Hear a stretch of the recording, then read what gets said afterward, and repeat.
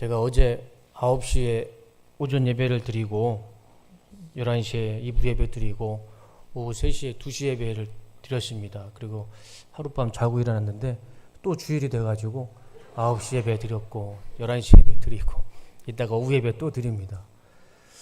일주일이 금방 간 것 같아요. 어제가 정말 주일 예배 끝나고 점심 먹은 것 같은데 벌써 일주일이 지났습니다. 시간이 왜 이렇게 빨리 가는지 몰라요. 장로님들 앞에서 참 죄송합니다. 제가 이런 말을 해서 죄송합니다. 그런 말이 있잖아요. 10대는 인생의 속도가 10km로 간다고 합니다. 뭐 천천히 가는 거죠. 20대는 20km로 가는 거 좀 빨라지는 거예요. 30대는 30km로 가고 40대부터 좀 빨라지기 시작하죠. 40km. 50대는 50km. 80세는 80km로 가는 거예요. 빛의 속도로 달려가고. 저도 이렇게 40대인데 저도 이렇게 일주일이 하루 같은데 우리 장로님 또 우리 권사님 더 빨리 가실 것 같아요. 시간이, 인생의 시간이. 저는 40대 같은데 제 인생의 속도는 막 100km처럼 빨리 가는 것 같습니다. 금방금방 가는 것 같아요. 우리의 인생이, 우리의 삶이 그런 것 같습니다. 그래서 전도서의 말씀은 우리의 인생을 이렇게 정의합니다. 다 아시죠? 전도서 1장 말씀에 보면 헛되고 헛되고 헛되다. 모든 것이 헛되다. 제 이야기가 아니고 사람 이야기가 아니고요. 성경 말씀이 그래요. 성경 말씀이 우리의 인생을 그냥 헛되다라고 정의를 해 주십니다. 빛처럼 빨리 가는 인생. 흙에서 온 인생이니 흙으로 돌아갈 것이고, 그렇기 때문에 아등바등 살지 말고 자기가 하는 일이 있으면 그 일에 기뻐하고 감사하며 사는 것이 행복이다. 그렇게 전도서가 말씀해 주고 있어요. 앞에 먹을 것이 있고 그 음식에 맛있는 것을 느끼면 그게 행복이다. 전도서 말씀에 그렇게 나와 있어요. 모든 것이 인생이 빛처럼 빨리 가고 헛될지라도 그 가운데 내가 할 수 있는 일이 있고 그 일의 기쁨과 감사함을 느끼면 그게 감사한 것이고, 내가 먹을 음식이 있어서 그 음식이 맛있다라고 느끼면 그게 행복이랍니다. 그게 전도서의 말씀이에요. 작년에 연초에 유성에 있는 전도사님인데 37의 교회 개척을 했습니다. 좀 일찍 했죠. 아내하고 사모님하고 유성에다가 개척을 했습니다. 그래서 열심히 했죠. 정말 누가 봐도 최선을 다해서 이 목회 개척을 했습니다. 그리고 어느 정도 성도님들이 모이게 됐어요. 그리고 그날 이제 전도사님이 예배 인도를 하고 점심 식사를 준비해야 되니까 사모님하고 성도님들은 그래서 목양실에 잠깐 들어갔었습니다. 들어가시고 한 12시 반 정도면 나와야 되는데 이 전도사님이 안 나오는 겁니다. 사모님이 목양실에 들어가 봤어요. 들어가다 보니까 이 전도사님이 이제 의자에서 잠을 자고 있는 겁니다. 전도사님이 이제 사모님이 가서 깨워야죠. 식사 또 성도님들도 기다리고 있는데 깨웠는데 전도사님이 일어나지를 않는 거예요. 이미 심장이 멈춰가지고 하나님이 그 영혼을 데려가셨던 겁니다. 그러니까 그 전도사님은 그날 마지막 예배를 인도했고 마지막 예배를 드리고 하나님 나라로 간 거예요. 제가 그 이야기를 듣고 참 우리 인생이라는 것이 참 전도서 말씀처럼 헛되구나라는 생각을 해봤습니다. 우리가 부르는 찬양의 가사 중에도 그런 찬양이 있죠. 잠시 머물 이 세상은 헛된 것들 뿐이니 주를 사랑하는 마음 금보다도 귀하다. 우리 인생이 빛처럼 빨리 가고 그렇게 어느 순간 내가 언제 하나님께서 부르지를 모르는 이 죽음 앞에서 헛된 인생 가운데 정말 중요한 것, 정말 값어치 있는 것은 영원한 하나님의 그 믿음과 그 영생과 그 사랑, 그거 외에는 우리 인생 가운데 가치 있고 중요한 것 없고 그것이 진리인 줄로 믿습니다. 작년 9월에 제가 선배 목사님한테 연락을 받았어요. 너 혹시 최아무개 목사를 아냐? 물어보시더라고요. 제가 잘 알았죠. 최창신이라고 저랑 같이 공부를 했고 충주 비전교회 담임 목사 청빙이 돼서 한 2년 전에 청빙이 돼서 동기들한테 막 문자도 오고 서로 축하해주고 그랬었거든요. 잘 압니다. 같이 공부했던 목사입니다. 지금 담임 목사 한 2년 하고 열심히 하고 있습니다라고 얘기했는데 그 선배 목사님이 창신이가 죽었다 그러는 거예요. 제가 깜짝 놀랐죠. 문자도 받았는데 담임 목사 돼가지고 동기들끼리 축하해줬는데 그 친구가 죽었다 얘기를 하는 겁니다. 제가 알아보니까 장례식장도 가보고 알아보니까 2023년 7월에 뉴스에도 나왔더라고요. 충주에서 아마 수요 예배 끝나고 집에 가는 길이었던 것 같아요. 9시쯤에 횡단보도를 건너는데 이 신호위반 차가 그 자리에서 이 최창신 목사를 친 겁니다. 그리고 그 자리에서 사망을 했어요. 예배 끝나고. 그렇게 같이 공부했던 동기 목사가 48살에 정말 그 길에서 아스팔트 위에서 이렇게 하나님이 부르시는 것을 보고 참 그때 또 느꼈어요. 참 우리 인생이라는 것이 언제 이렇게 될지 모르는구나. 2020년에 아마 아시는 분은 아시겠지만 2020년에 장마 폭풍이 우리 중부지방에 엄청 큰 비가 내려가지고 피해가 있었습니다. 특히 그 대전 지역에. 제가 9시 뉴스를 제가 아직도 기억해요. 9시 뉴스를 보는데 대전의 50대 남성이 아파트 1층에서 감전사고를 당해서 사망을 한 뉴스가 있었습니다. 혹시 기억하시는 분도 있었을 거예요. 제가 그 9시 뉴스를 보면서 그렇게 생각했어요. 아니 어떻게 아파트 1층에서 감전사고를 당할 수 있을까? 이해가 안 가고 상상이 안 갔습니다. 근데 그렇게 사고를 당해서 50대 남성이 죽었다는 뉴스를 제가 들었어요. 참 저렇게도 사람이 죽을 수도 있겠구나. 근데 또 문자가 왔는데 부고 소식이 침례교회 부고 소식이 온 겁니다. 봤더니 우기식 목사님이라고 대학원 때 같이 공부했던 나이가 한참 많은 목사님이셨어요. 그 목사님이셨던 겁니다. 9시에 뉴스에 나왔던 아파트 1층에서 감전사고로 사망한 그 50대 남성이 우기식 목사님이었고 저랑 같이 공부했던 목사님이셨어요. 그분은 대전에서 연극을 하셨던 분이었어요. 연극을 하면서 문화 선교를 하고 또 교회를 개척하면서 어렵게 그렇게 교회를 하셨던 분이셨는데 그렇게 부고 소식을 받았습니다. 심장마비로 전도사님이 예배 후에 죽고 교통사고로 동기 목사가 수요 예배 끝나고 죽고 선배 목사는 장마에 아파트 1층에서 감전사고로 죽고 참 사람이 죽음 앞에서 헛되다는 이 전도서의 말씀이 정말 제가 죄송하지만 인생을 살면 살수록 이 말씀이 맞는 것 같습니다. 오늘 본문의 말씀처럼 사람이 태어날 때가 있으면 죽을 때가 반드시 있을 것이고 심을 때가 있으면 뽑을 때가 있는 것이 우리 인생인 것 같습니다.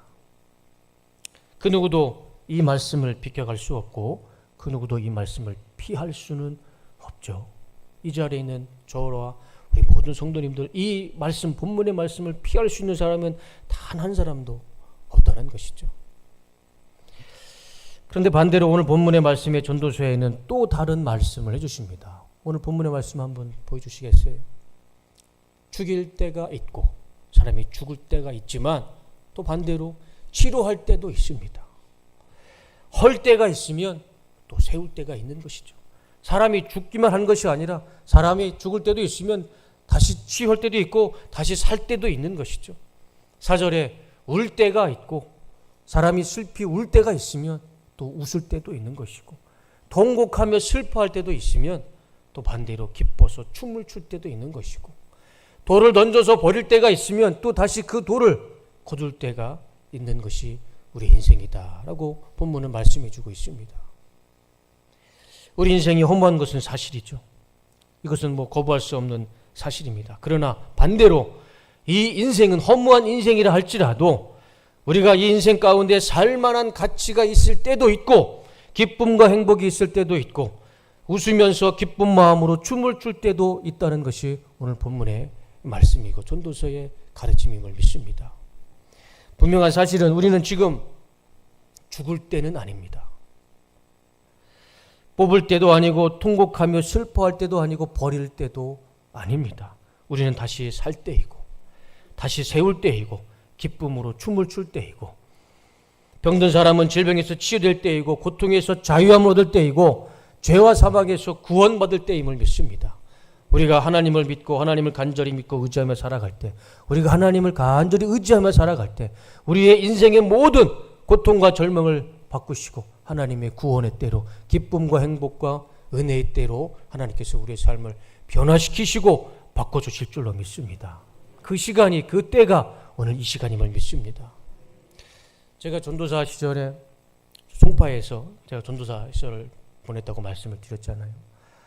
대학원을 졸업을 하고 이제 송파에 전도사 생활을 하려니까 방이 필요했습니다. 방을 구하는데 송파가 너무 비싸더라고요. 그래서 조그만한 방, 정말 진짜 저만 들어가서 누울 수 있는 방을 하나 구했습니다. 반지하였어요. 누우면 이제 사람들이 지나다니는 이제 다리가 보일 만한 그런 반지하였습니다. 근데 제가 그 방에서 평생 잊지 못할 경험을 했습니다. 하루는 새벽 예배를 마치고 이제 방에 들어갔는데 새 발자국이 있는 거예요. 이불 위에, 이 장판 위에. 참 이상하잖아요. 그래서 비둘기가 워낙 많잖아요. 그래서 비둘기가 들어왔나 싶어서 제가 창문을 봤는데 창문이 열려 있지 않았습니다. 반지하기 때문에 항상 닫아놓고 살았기 때문에 비둘기가 날개로 문을 열고 들어올 일도 없잖아요. 근데 비둘기 발자국이 있는 거예요. 참 희한하더라고요. 그래서 저는 그냥 아무 생각 없이 그냥 닦고 말았습니다. 그리고 며칠이 지났는데 제가 금요철야였던 것 같아요. 금요철야가 좀 늦게 끝나고 집에 들어가서 그냥 불도 못 끄고 그냥 쓰러져서 잠을 잤나 봐요. 근데 새벽에 뭔가가 모르겠지만 차갑고 축축한 뭔가가 제 손바닥을 시작으로 해서 팔뚝으로 올라오더라고요. 굉장히 기분이 나빴습니다. 잤는데도 그 기분이 굉장히 나빴어요. 뭔 줄 알고 그러세요? 예? 답을 말씀드리면 제가 할 얘기가 없잖아요. 축축하고 차가운 게 제 손바닥부터 이렇게 올라오는 거예요. 그 제가 잠결에 눈을 떴죠. 불은 켜고 있었으니까. 봤더니 정말 거짓말 하나도 안 못하고요. 호랑이만한 쥐가 제 팔뚝을 올라가서 제 팔뚝에서 막 춤을 추고 있더라고요. 자면서 쥐와 눈 마주쳐 보신 적 있으십니까? 저는요 자면서 쥐와 눈을 마주쳐 봤어요. 제가 깜짝 놀랐죠. 저는 지금 그때까지도 비둘기 발자국인 줄 알았는데 그게 쥐 발자국이었던 거예요. 제가 깜짝 놀라서 소리를 지르고 벌떡 일어났습니다. 저도 쥐는 좀 무서워합니다. 제가 막 소리 지르고 일어나니까 쥐도 놀랬던지 막 팔짝팔짝 뛰더라고요. 그러더니 어디 도망가다 보니까 이 싱크대 밑으로 쏙 들어가더라고요. 그러니까 싱크대에 있는 그 하수구 구멍으로 들어왔던 거예요. 제가 그것을 보고 제가 있는 반팔 티를 다 끄집어내서 거기 다 막아놨고 본드도 칠해놓고 테이프로 칭칭 감아놨습니다. 다시는 못 올라오게. 그리고 나서 쥐와 그렇게 한바탕 눈싸움을 하고 놀란 가슴을 쓸어안고 이제 앉아서 제가 뭘 했겠습니까? 기도를 했겠죠. 기도를 했습니다. 그런데 하나님 앞에 감사한 기도는 안 나오더라고요. 그 상황에서 감사한 기도는 안 나오고 하나님 제가 무슨 죄를 지었길래 이런 쥐가 나와서 쥐가 내 팔뚝에서 뛰는 집을 살게 하십니까? 그런 원망의 기도밖에 안 나오더라고요. 내가 이완영이처럼 나라를 판 것도 아닌데. 네? 최첨단 21세기에 사는데 쥐가 제 팔에서 뛰노는 집에서 산다는 게 저는 참 저 혼자 앉아 있었지만 좀 자존심이 상했습니다. 내가 이러려고 신학교를 가고 내가 이러려고 전도사를 하나. 신세 한탄을 그때 처음 했던 것 같아요. 그 쥐와 눈을 마주치고 난 다음 날. 제가 그리고 오늘 말씀처럼 오늘 말씀을 읽으면서 그때가 생각이 나는 거예요. 그러면서 이런 생각을 해봤습니다. 다 때가 있구나. 사역자로 살면서 전도사로 목사로 살면서 때로는 쥐가 나오고 쥐가 나와서 팔뚝에서 춤을 추는 그 방에서 살 때도 있고 지금은 우리 성도님들이 정말 깨끗한 집을 마련해 주셔서 지금 사택은 14층입니다. 쥐가 절대 못 올라옵니다. 쥐가 마음 먹고 14층을 누르지 않는 한 저희 집에 들어올 수가 없어요. 깨끗한 집에서 살 수 있도록 우리 성도님께서 이렇게 배려해 주셔서 너무 감사합니다. 다 때가 있는 것 같아요. 전도사 시절에 그 쥐가 나오는 집에서 살 때가 있고 지금은 깨끗한 집에서 살 때가 있고 파트 전도사를 시작으로 제가 전임 전도사 또 잠깐 부목사 생활을 하면서 제가 교회에서 했던 사역 중에 정말 쉬지 않고 계속 했던 사역은 이 찬양 인도였습니다. 기타를 메고 찬양 인도를 했어요. 지금도 하지만 제가 전도사 시절에는 그게 무조건 기본이었습니다.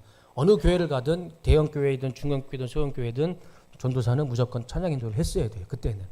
저도 뭐 찬양 인도를 했죠. 근데 그것을 찬양 인도를 한 10년 넘게 하니까 제가 이런 생각이 들더라고요. 내가 언제까지 찬양 인도를 해야 되나? 기타 메고 찬양 인도하면 어깨가 굉장히 결려요. 여기가 굉장히 걸려요. 알잖아요. 꾸덕꾸덕 하잖아요. 우리 연덕이는. 기타가 엄청 결립니다. 아파요. 내가 언제까지 이 10년 넘게 찬양 인도를 해야 되는가? 그런 생각도 해봤습니다. 내가 이 찬양 인도 하다가 인생이 끝나는 건 아닐까? 이렇게 찬양 인도만 하다가 막 피를 토하고 순교하는 건 아닐까? 그런 별 생각을 다 해봐요. 실제로 제가 찬양 인도를 그렇게 하니까 목이 이 성대가 결절이 됐어요. 제일 친한 친구가 결혼을 하는데 저한테 특송 축가를 부탁을 했습니다. 그래서 제가 하겠다고 했죠. 제 친한 친구니까. 근데 성대 결절이 돼가지고 축가를 못 불러줬어요. 혼자는 찬양을 같이 하면 할 수 있잖아요. 싱어들이 있으니까. 근데 축가는 혼자 불러야 되기 때문에 성대 결절을 당하면 찬양을 아예 못 불러요.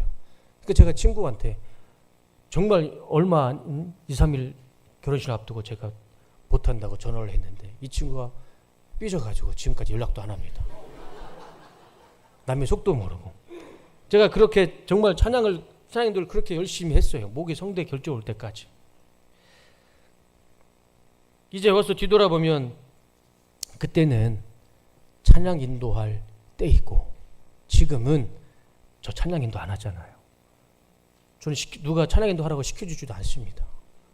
지금은 찬양 인도가 아니고 하나님의 말씀을 전하고 하나님의 말씀을 가르치는 때로 지금 저는 사역을 하고 있어요. 다 때가 있는 것 같아요. 쥐가 나오는 집에서 찬양을 할 전도사 시절도 있고 지금은 우리 성도님들이 깨끗한 집에서 살면서 우리 성도님들한테 하나님의 말씀을 가르치고 하나님의 말씀을 나누는 그런 시간과 그런 때를 보내고 있는 것입니다. 다 하나님의 때가 있는 것 같아요. 전도사 시절 찬양 인도를 그렇게 어렵게 하는 그 찬양 인도의 강을 건넜습니다. 그리고 나서 목사 안수를 받고 또 군교회 담임 목사로 갔는데 더 힘든 설교의 강이 기다리고 있더라고요. 지금도 그런 생각을 해봐요. 내 인생이 설교하다가 끝나는 건 아닐까? 설교하다가 막 피를 통하고 순교하는 건 아닐까? 그렇지만 저는 지금 이 생활을, 이 사역을 너무 기쁘고 감사하게 생각하고 있습니다. 하나님의 때에 저에게 맞는 하나님의 사역을 주신 것 같아요. 너무 감사한 그 하루하루 사역을 하고 있습니다. 오늘 본문의 말씀에 분명히 말씀하고 있죠. 모든 일에는 때가 있다. 슬플 때가 있으면 기쁠 때가 있을 것이고 아플 때가 있으면 회복될 때가 있을 것이고 눈물을 흘릴 때가 있으면 웃을 때가 있을 것이고 제 인생처럼 10년 넘게 찬양 인도를 할 때가 있으면 이제 하나님 말씀을 10년 넘게 하나님 말씀을 전하는 때로 하나님께서 그 때를 변화시켜 주셨습니다. 지금 우리 성도님들 삶 가운데 아픔이 있고 고난이 있고 어려움이 있을지라도 그건 다 한순간이고 하나님께서 반드시 그 때를 하나님의 선하신 뜻 가운데 하나님의 때와 하나님의 기한 가운데 하나님의 시간에 변화시켜 주실 줄로 믿습니다. 참고 기다리며 포기하지 말고 하나님 앞에 나와서 이렇게 예배드리고 기도했을 때 하나님은 우리의 삶을 반드시 좋은 때로 변화시켜 주실 줄로 믿습니다. 지난 월요일 날 새벽 예배 때도 또 화요 중보 기도 시간에도 저는 하박국 본문의 말씀으로 설교로 말씀을 드렸습니다. 하박국 2장 3절 말씀을 한번 보여줘 보세요. 이제 하나님께서 하박국 선지자에게 이렇게 말씀하시는 겁니다. 이 묵시는 하나님의 말씀이에요. 이스라엘에 대한 하나님의 예언의 말씀입니다. 이 묵시는 하나님의 말씀은 정한 때가 되어야 이루어진다. 하나님의 분명한 말씀입니다. 내 말은 하나님의 때가 있을 때 이루어질 것이다. 끝이 곧 온다는 것을 말하고 있다. 이것은 공연한 말이 아니다. 그냥 하는 말이 아니고 허튼 말이 아니다. 비록 더디더라도 그 때를 기다려라. 반드시 오고야 만다. 늦어지지 않을 것이다. 하나님이 하박국에게 말씀하시는 겁니다. 기다려라. 때가 있으니 더디지라도 기다려라. 그 때가 반드시 올 것이다. 하나님의 말씀입니다. 하나님이 정하신 시간이 있고 하나님의 때가 있고 하나님의 이제 내려주세요.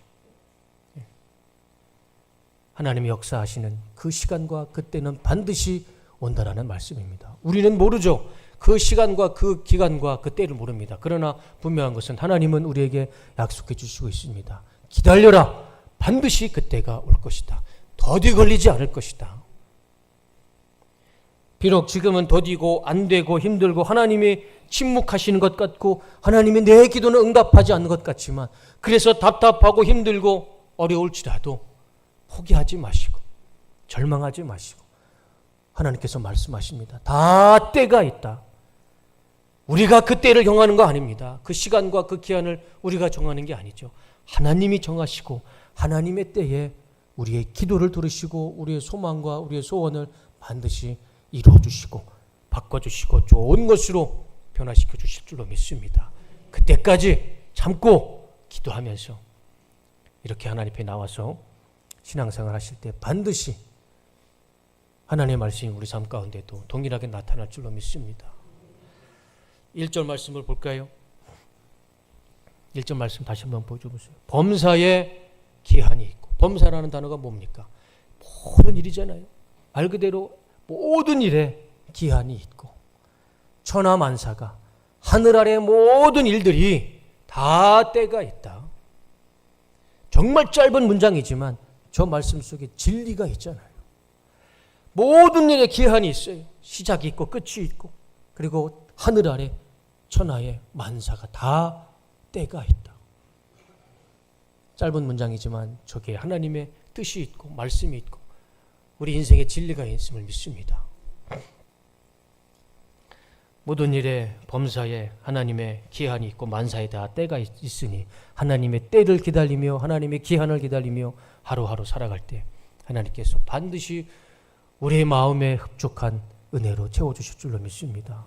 제가 지난주 월요일 날 신문을 보는데 이런 통계 자료를 봤어요. 제가 지난주 수요일 날도 보여드렸습니다. 지금으로부터 30년 전에 우리 한국교회의 신앙 발달의 중요한 요소가 뭐냐면 첫 번째와 두 번째가 정기적인 예배 출석과 기도였어요. 정기적인 예배, 이렇게 예배를 드리고 기도하는 사람에게는 신앙 발달, 신앙이 성장하는 겁니다. 30년이 지났습니다. 똑같아요.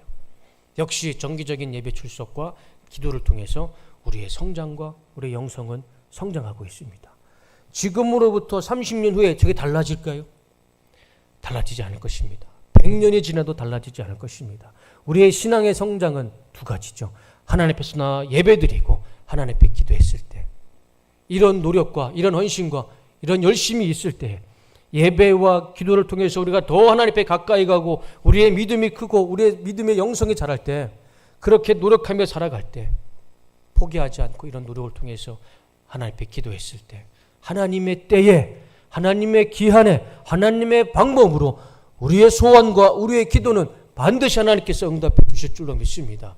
우리는 모르지만 포기하지 않는 한 예배와 기도를 통해 끝까지 하나님을 붙잡는 한 하나님은 반드시 우리의 소원을 이루어 주실 줄로 믿습니다. 우리 본문의 말씀 하박국서 2장 3절 말씀 다시 한번 보여주시겠어요? 하나님이 말씀하십니다. 비록 더디더라도 그 때를 기다려라. 반드시 오고야 만다. 늦어지지 않을 것이다. 이 말씀 그대로 우리 삶 가운데, 우리 성도님 삶 가운데 저 말씀 그대로 토시 하나 틀리지 않고 그대로 하나님의 은혜가 나타나시기를 주님의 이름으로 축복합니다. 고린도후서 6장 2절에는 좀 다른 말씀을 하십니다. 한번 보여주시겠습니까? 다 같이 한번 읽어볼까요? 자, 시작.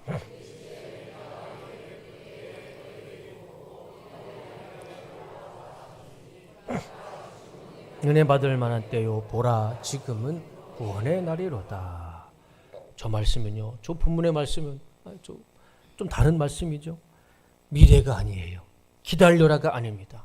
반드시 오리라가 아니에요. 지금 이 시간에 이 자리가 지금이 은혜 받을 때요, 지금이 구원의 날이고 구원받을 때이다. 두 가지 은혜는 지금 이 시간에 우리는 받을 수 있습니다. 첫 번째, 하나님의 은혜. 이 시간에 이 자리에서 우리는 하나님의 은혜를 받으며 누릴 수 있습니다. 또 하나, 하나님의 구원, 예수 그리스도의 구원은 이 시간에 받을 수 있습니다. 우리가 하나님을 믿고 십자가에 죽으시고 부활하신 예수님, 그 예수님을 믿고 마음으로 영접했을 때 이 시간에 하나님의 은혜는 우리 가운데 임할 것이고 예수 그리스도의 구원의 은혜는 이 시간에 우리 가운데 임할 줄로 믿습니다. 이 시간에 하나님을 믿고 예수 그리스도, 부활하신 예수 그리스도를 믿으셔서 마음으로 영접하셔서 구원의 은혜와 구원의 감격으로 충만하고 오늘 이 예배 자리를 돌아가시는 우리 성도님들이 다 되시기를 주님의 이름으로 축복합니다.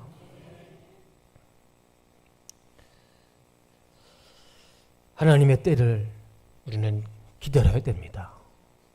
힘들고 더디고 하나님이 침묵하시는 것 같아도 절대 그러지 않습니다. 하나님은 말씀 곳곳에서 약속해 주십니다. 기다려라. 내가 반드시 이룰 것이다. 나만 조급할 뿐이지 우리 하나님은 조급하지 않으실 겁니다. 하나님은 기다리고 계실 거예요. 최고의 조건, 최상의 조건으로 우리의 삶을, 우리의 기도를 하나님께서 하나님의 때에 맞게 하나님께서 준비시켜 주실 줄로 믿습니다. 우리 그 선하신 하나님을 믿고 하루하루 기도하고 하나님을 붙잡고 살아갈 때 성령께서 우리를 도와주실 줄로 믿습니다. 성령께서 포기하지 말고 기도해라. 말할 수 없는 탄식으로 성령께서 우리를 위해서 같이 기도해 주시는 줄로 믿습니다. 우리 아들이 갑자기 저한테 그걸 물어봐요. 아빠, 포기가 뭔 줄 알아요? 포기. 여러분, 포기가 뭔 줄 아십니까? 제가 그 얘기를 듣고 야, 참 심오하구나 그랬어요. 아빠, 포기가 뭐예요? 그래, 포기가 뭐니? 그랬더니 하는 말이, 포기는 배추를 썰 때 쓰는 말이 포기예요. 40이 넘은 아빠도 그런 아재 개그를 안 하는데 8살 먹은 아들이 그런 얘기를 하는 거예요. 포기는 배추를 썰 때나 쓰는 말이 포기예요. 어디서 그걸 또 배워가지고 그런 말을 하는지 모르겠지만 그 말이 맞는 것 같아요. 포기는, 우리 인생에 포기는 없습니다. 진짜 말 그대로 포기는 배추 썰 때만 쓰는 말이고, 하나님을 믿는 우리는 포기는 없습니다. 끝까지 믿고 포기하지 말고 절망하지 말고 때를 기다리면 하나님께서 하나님의 때에 하나님의 기한에 하나님의 방법으로 반드시 이루어 주실 줄로 믿습니다. 지금은 우리 인생에 내 삶에 아픔이 있고 고통이 있고 질병 때문에 괴로움이 있을지라도 하나님께서 그것을 바꿔주실 줄로 믿습니다. 우리는 몰라요. 그렇지만 하나님께서 이루어 주실 줄로 믿습니다. 우리의 가정이 힘들고 우리 자녀가 힘들고 내가 하는 사업과 직장이 힘들지라도 하나님의 때에 반드시 우리가 포기하지 않고 기도하는 한 하나님께서 바꿔주시는 은혜가 있을 것이라 믿습니다. 한 주간 성령께서 도와주심을 믿고 하나님 앞에 간절히 기도하실 때 하나님의 때에 하나님의 기한에 하나님의 은혜가 우리 삶 가운데 나타날 것이고, 그런 은혜가 우리 성도님 삶 가운데 충만하게 나타나는 한 주간의 삶이 되시기를 예수님의 이름으로 축원하고 축복합니다. 기도하겠습니다. 하나님,